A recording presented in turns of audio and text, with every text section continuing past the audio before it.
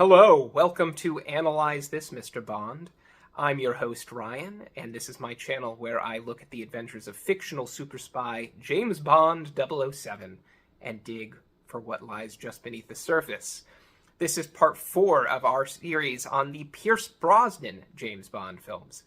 And Die Another Day doesn't just conclude Brosnan's run, but effectively concludes the entire original Bond continuity that began with 1962's Dr. No. That continuity is fairly loose. There's a very clear sort of soft reset when Roger Moore handed over the reins to Timothy Dalton and certain key cast members switched out. The age of the character changed, and it was very clear that we had a Bond for the 80s. However, that continuity was never explicitly broken, and Die Another Day will nod back to the films of Bond past. In fact, Die Another Day is constructed as a celebration of all things James Bond. It's crammed to the brim with references to the films of the past, even those before the Brosnan era, and in that way is really, for better and worse, an everything including the kitchen sink sort of Bond film that is about trying to establish the Bond franchise's place in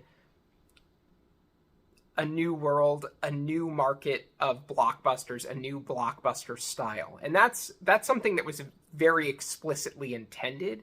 I was rereading the chapter in this from the wonderful book, Some Kind of Hero, that discusses the making of the Bond films. And the section on Die Another Day goes very explicitly into how much Die Another Day was intended to compete with the blockbusters of that time, how it was meant to be a pivot from what The World Is Not Enough had achieved, and was very much meant to show Bond as being a more, contemporary force in the cinematic marketplace. And you do get that feeling watching Die Another Day. This is not going to be a formal review of every aspect of the movie. I'm more interested in discussing thematically what it's doing in this video, but I think the worst thing you can say about Die Another Day is just how kind of tired it feels. There's a sense in which Bond movies feel most uncool and sort of unsure of themselves when they are overtly pandering to the trends of the time.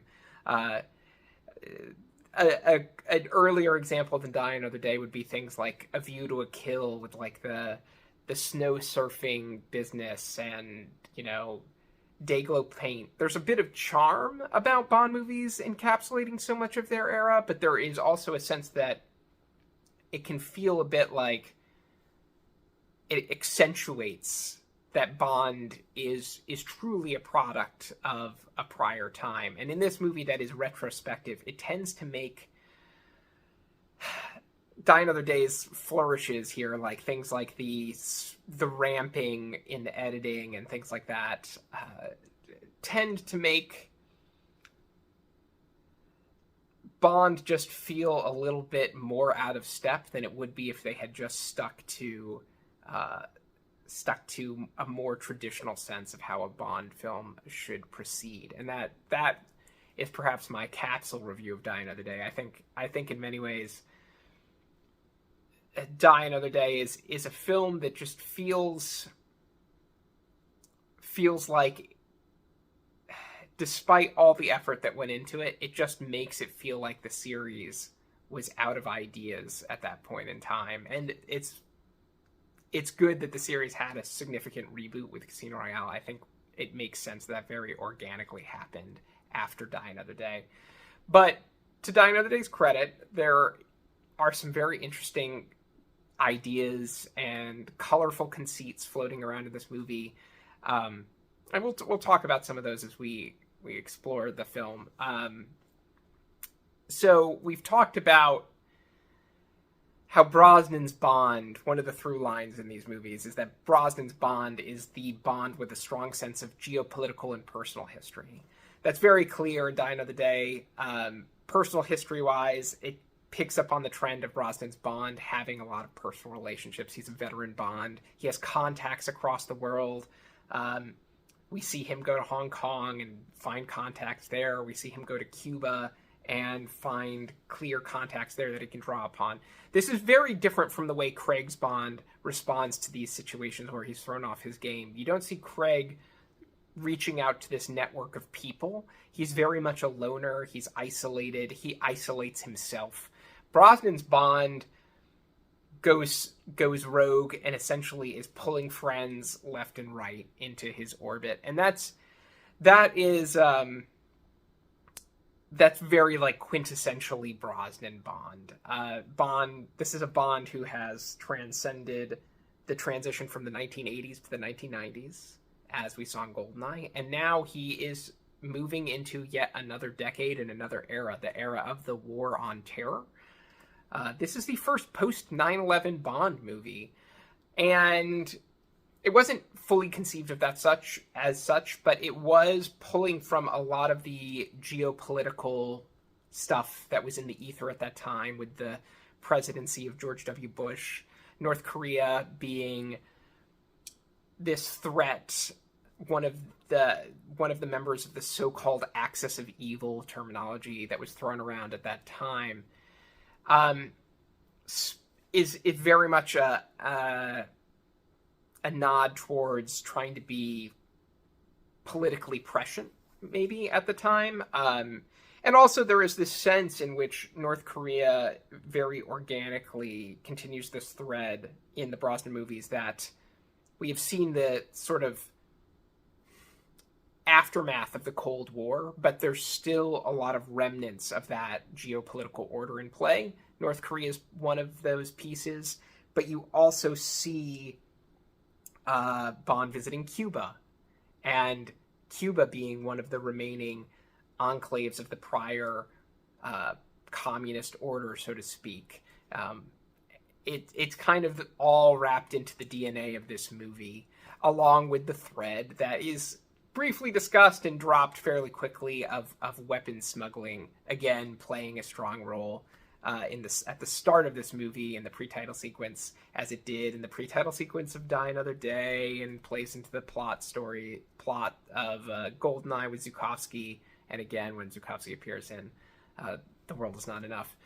There's this sense that, in the destabilization of the political order, there's just kind of a lot of independent bad actors in the world. And the villain at the heart of Die Another Day is Gustav Graves, who is not presented as representative of the North Korean government on the whole. He is another independent bad actor, functioning within that government to provoke a war. And we'll talk more about that character a little later, because there's plenty to be said about Gustav Graves. But I first want us to clarify that idea that this is the Bond. This is another example of Brosnan's Bond transcending history. This movie is that next stage for him. And again, I mean, you see that stylistically in the movie too, right? So this is GoldenEye and Tomorrow Never Dies were very much about establishing Bond in the action movie climate of the mid-90s, and also kind of like carrying over from stuff that had been in the works since the early 90s too. It was catching up with the trends. Die Another Day feels like, again, it is trying to be responsive to the action movie trends of the early 2000s, mostly for the worse, I would say, but it is that case where it is updating Bond style and trying to establish Bond in this new landscape. And that brings us to the second important through line of who Brosnan's Bond is across all of these movies, and that is that he is the movie star Bond. He is sort of the platonic ideal of this gentleman spy, and these movies really lean into the gentlemanly aspect of Brosnan's Bond, largely because of Brosnan's own persona. He's so charming, he's so elegant. These movies accentuate the luxury of the character. There's a sense of comfort with luxury that exists for Brosnan's Bond that suggests a slightly aristocratic bearing. I mean, he's not the only Bond to wear a a sort of like de cravat. If I recall correctly, you see George Lazenby, play around with that a little bit, but like Bond wearing that sort of attire in the 90s is a very like strong affectation, and you see that with Brosnan's Bond, and here in Die Another Day, the movie leans very much into reclaiming some of the glamour that The World Was Not Enough had moved away from. The World Is Not Enough gives Bond a much more subdued, conservative presence. In this, he's looking a lot more colorful, glamorous. I think Brosnan's Bond is very well attired throughout most of this movie.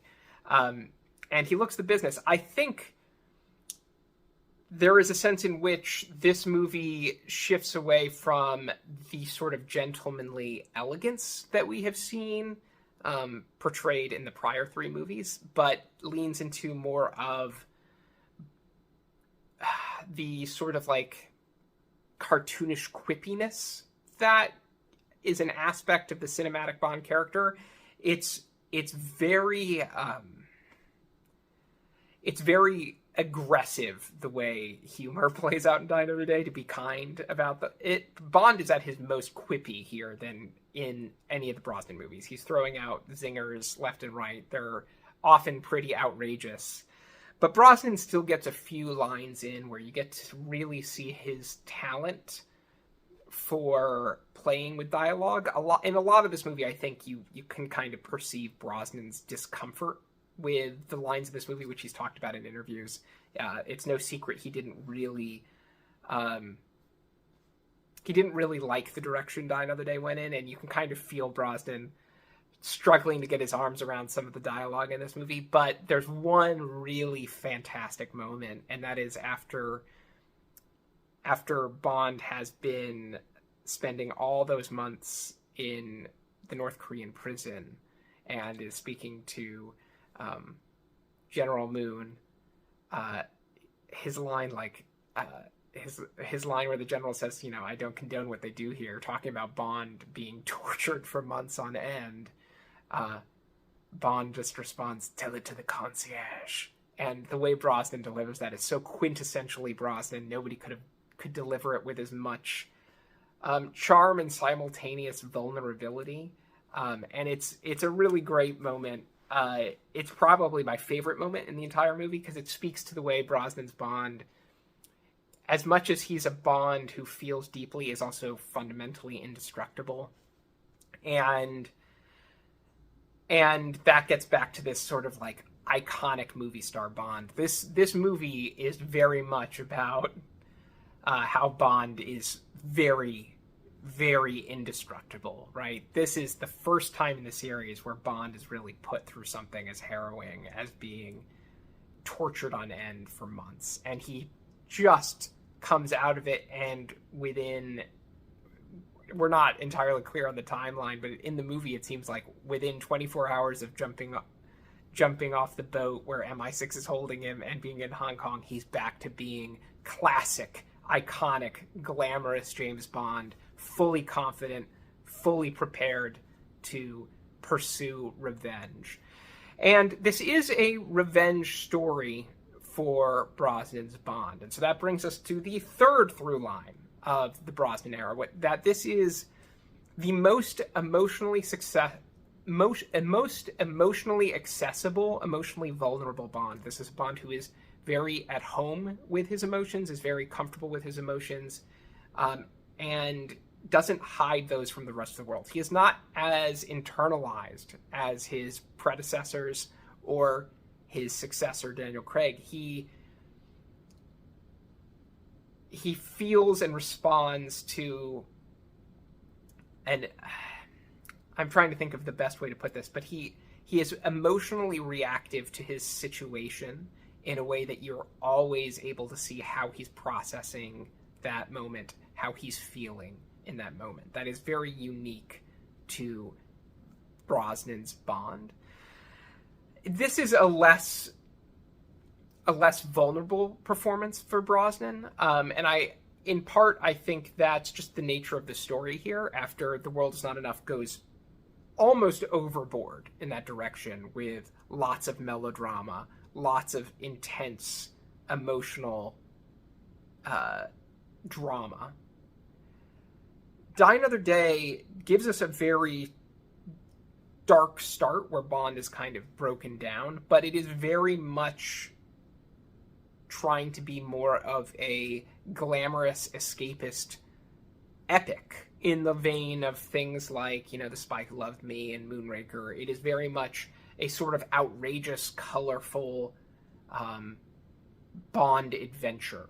And that leaves Brosnan's Bond a little bit less on the vulnerable side. There's not really a character for him to anchor in emotionally the way he had in the prior three movies. There's no ex-friend, there's no ex-girlfriend, there's no woman he's falling in love with here. A lot of that emotion is concentrated in the opening sections of the movie, and then he's off for revenge. And I think if we're to be charitable about the way the story shifts the Bond character for this is Brosnan's revenge story very clearly. He's very direct about setting out for revenge, wanting revenge in this story. And with that comes a darker edge for his character. Every once in a while in the prior films, you see his ability to be a little ruthless. And in here, you see that sort of darker streak creep back into the character in a way that it hadn't in the prior three movies. There's sort of a casual sadism that I would say you see in like classic Bond, Roger Moore knocking a guy off a building and saying like, what a helpful chap. That kind of heartless ruthlessness. You see a little bit more of that creep into Brosnan's persona in this movie in a way that he hadn't. And it makes sense. He's out for revenge. He's chasing satisfaction in that way. But he's still pretty noble, right? We've talked in the prior movies about how he is the White Knight Bond. He is valiant, noble. And you get that here in his confrontation with M, that he would rather die in prison than let Zhao loose, right? That sort of, he's willing to fall on his sword as long as evil gets put away. That's a sort of like crusade that he's on, and the sense that Bond has this kind of moral compass driving that is very unique to Brosnan's Bond. But that brings up an interesting point. Bond and M's relationship in this, in many ways, returns to the sort of frosty dynamic that was established in GoldenEye. If we can say anything about Dench's M, is like she's sort of returned to the evil queen of numbers persona that she had in GoldenEye. She's very frosty with Bond, very willing to sacrifice him, very, very skeptical of Bond. Whereas in Tomorrow Never Dies and The World Is Not Enough, you had this sense that she was a lot more of a cheerleader for Bond.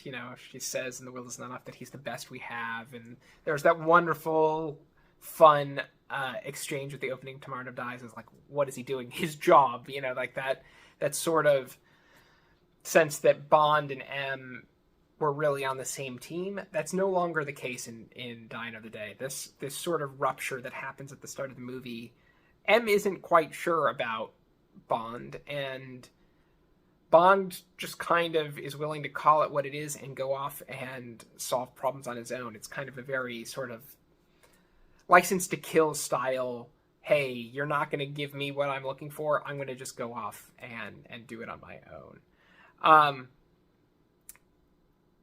And that's a kind of interesting element to bring back in this movie, because we see in the Daniel Craig movies that Bond goes rogue in practically every Craig installment to some extent or another, whether it's like technically rogue or like kind of rogue. This is the first Bond movie to really kick off the like Bond is going to go rogue all the time trend. It doesn't start with Craig. It starts here with Die Another Day. And accordingly, that sort of like tense Bond-M relationship that we now take for granted, while it was introduced in some ways with GoldenEye, it's reasserted here and then provides a framework for where Dench's M will pick up in Casino Royale, even though she's really playing a different character once you get to Casino Royale. Bond's relationship with the rest of MI6 in this movie isn't really fully explored. We see him interact with the new Q, played by John Cleese, and they have their antagonistic relationship, of course. But beyond that, he's not really interacting with the MI6 team in any real capacity, not in the way that he did, for example, in The World Is Not Enough, where he really was getting in the mix of office politics in The World Is Not Enough.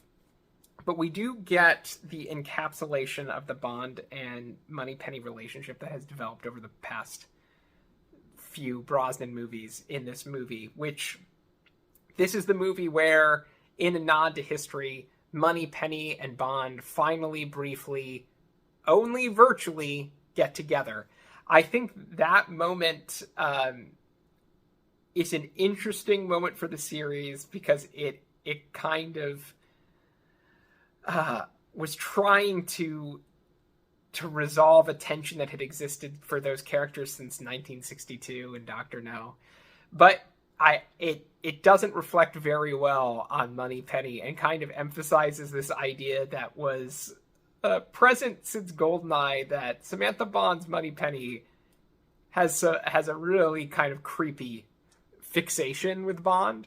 And it definitely comes off a little bit creepy here as in ways that I don't think the filmmakers fully intended and fully realized just how kind of weird that moment was, with all of its weird implications.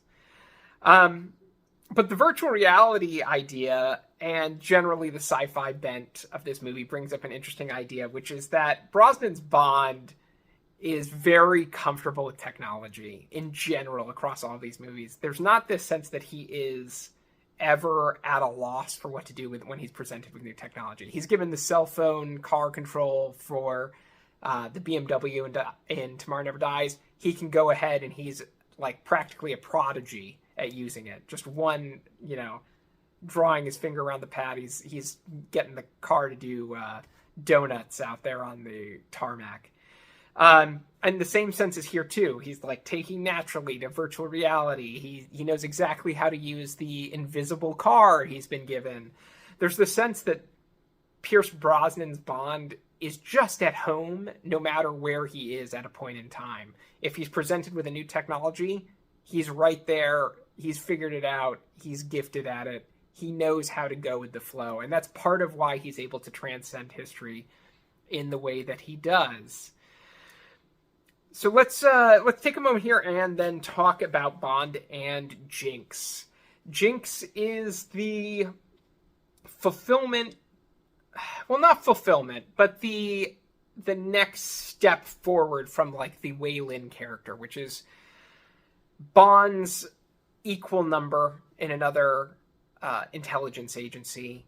Jinx is an NSA agent. She's very aggressive. There's a sense in their relationship that she's always trying to out-Bond Bond. If Bond is going to throw out a double entendre, she's going to go a layer, like a level further. And that means their relationship together is always very strange because their dialogue is always like this weird byplay where Jinx is always trying to almost essentially like out-quip him, and it's an interesting dynamic, at least conceptually, because I don't think we've had another character in the Bond series really try to like outdo Bond's verbal witticisms, in the way that Jinx continually attempts to do, though Jinx is doing it in a very like quasi-American, like kind of crass style. There's not really a lot of elegance or wit to Jinx's byplay with Bond, but it's an interesting dynamic, and I hope the series will try something like that again in the future, because I think it's an interesting idea that Bond would run up against someone who could truly give as well as they get, right? And you see that like loosely played with some of the other characters. For example, Nomi in No Time to Die, and they Bond and she tangle a little bit, but it's not on the level of quite what you get with Jinx and Bond. I don't think it lands. I don't think the writing in Die Another Day across the board is the strongest, and I think the performances struggle to get into rhythms that would make the dialogue flow. One of the things you could say about Roger Moore that was his great talent is that no matter what line he was given, no matter how atrocious, Roger Moore was able to just toss it off with the utmost charm. There's a sense in the scenes with Die Another Day, particularly when Bond and Jinx are meeting in Cuba at the beach for the first time, where they're leaning into the dialogue so much that it just accentuates how weird the dialogue is. And it gives their relationship a very odd energy in general.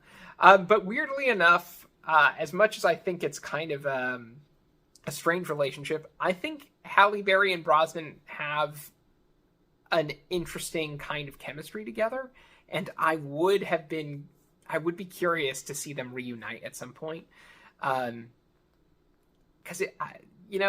there's something there that does slightly work. It's just entangled with a lot of stuff that's just too strange to really click. The other girl in the equation is Miranda Frost, who I like quite a bit in this movie, but there is a sense that this is a truly sort of utilitarian romance between her and Bond. They're just kind of like together for the sake of, filling time. And I kind of enjoy the chilly efficiency of their interactions together. She's a terrific villain. Rosamund Pike is probably the character highlight of this movie for sure.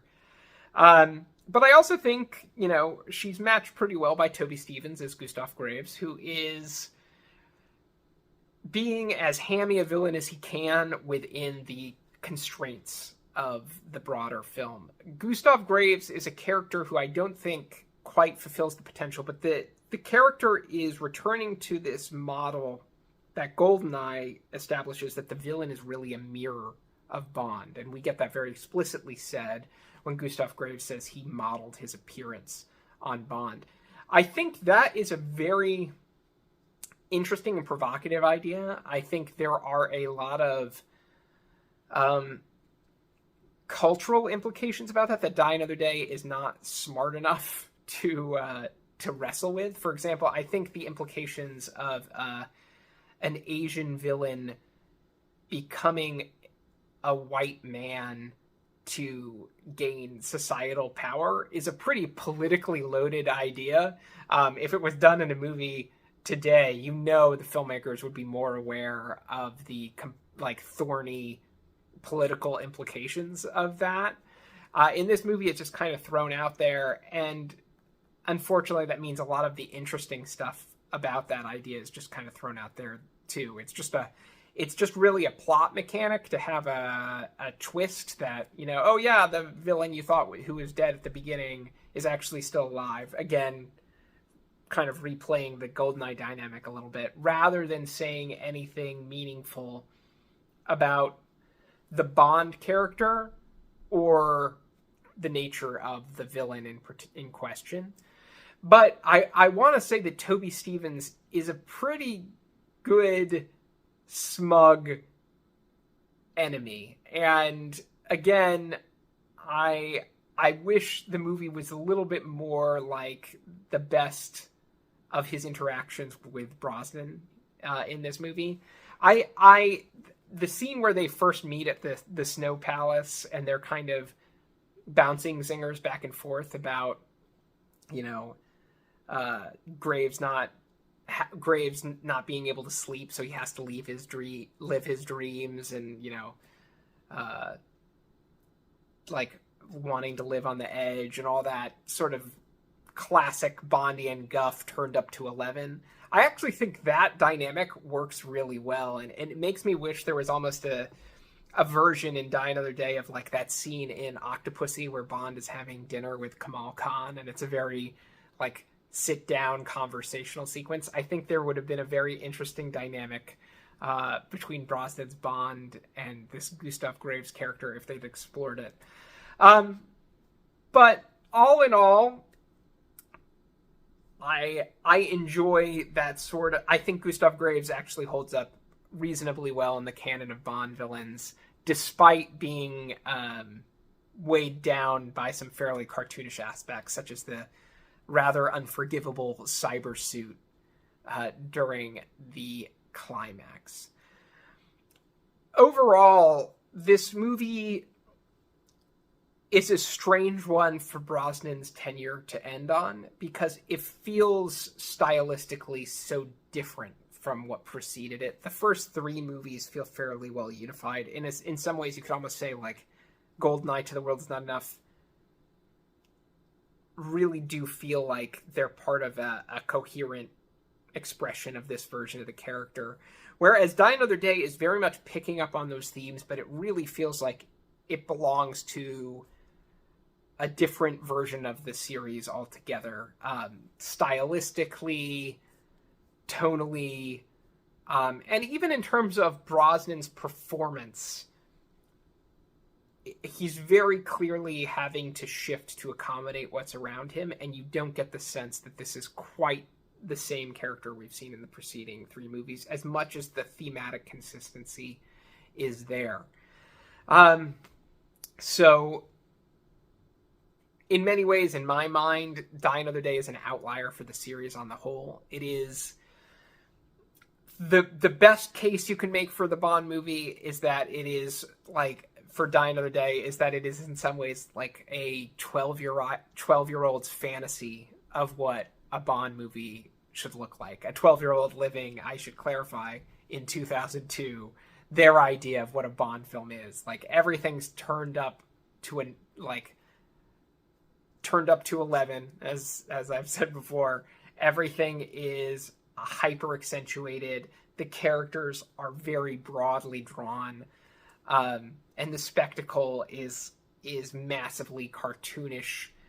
Bond is, surfing on the CGI wave, etc. and so forth. It's sort of a sort of juvenile fantasy version of Bond. And there's a sort of purity about that, but I also feel that it lets Brosnan down a bit, because that it doesn't play to Brosnan's strengths and isn't as attentive to Brosnan's Bond as the prior three movies are. It's not deriving as much energy from Brosnan's performance as the prior three movies do, and in that way it does Brosnan a little bit of a disservice, because I think Brosnan is very good at holding the screen. He's a very magnetic presence. He's a very charming presence. He is a true movie star, as we've said before, and I don't know that Die Another Day gives him the movie star send-off he deserved. But that concludes our look at the Pierce Brosnan Bond movies. I don't know what my next topic will be, so let me know if you have suggestions for me in the comments.